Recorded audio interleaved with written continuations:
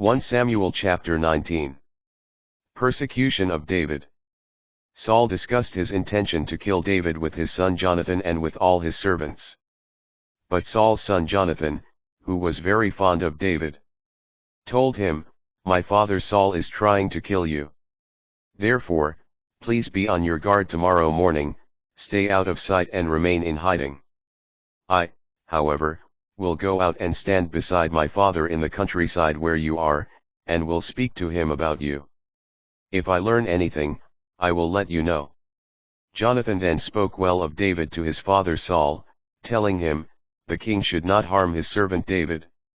He has not harmed you, but has helped you very much by his deeds.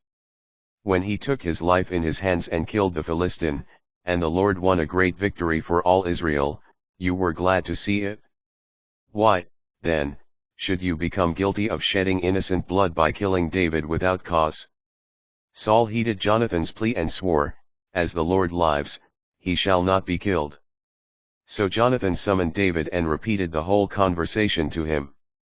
He then brought David to Saul, and David served him as before.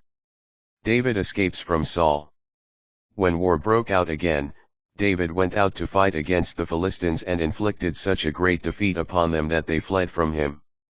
Then an evil spirit from the Lord came upon Saul as he was sitting in his house with spear in hand while David was playing the harp nearby. Saul tried to pin David to the wall with the spear, but David eluded Saul, and the spear struck only the wall, while David got away safely. The same night, Saul sent messengers to David's house to guard it, planning to kill him in the morning.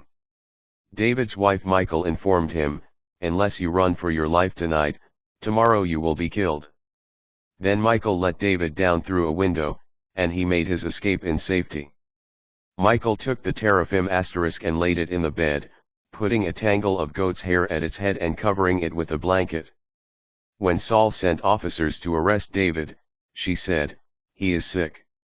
Saul, however, sent the officers back to see David and commanded them, "Bring him up to me in his bed, that I may kill him."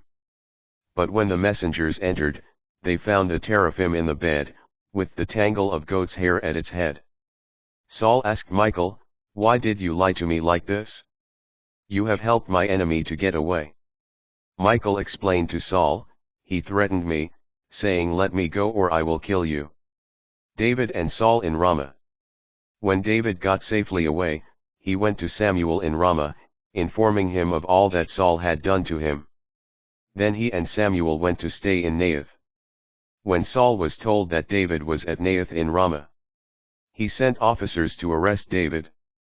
But when they saw the band of prophets presided over by Samuel in a prophetic state, the Spirit of God came upon them and they too fell into the prophetic ecstasy. Informed of this, Saul sent other messengers, who also fell into the prophetic ecstasy. For the third time Saul sent messengers, but they too fell into a prophetic ecstasy. Saul among the prophets. Finally Saul went to Ramah himself. Arriving at the large cistern in Secu, he asked, "Where are Samuel and David?" Someone answered, "At Naioth in Ramah." As he walked from there to Naioth in Ramah, the Spirit of God came upon him also, and he continued on, acting like a prophet until he reached Naioth in Ramah. Then he, too, stripped himself of his garments and remained in a prophetic state in the presence of Samuel. All that day and night he lay naked. That is why they say, "Is Saul also among the prophets?"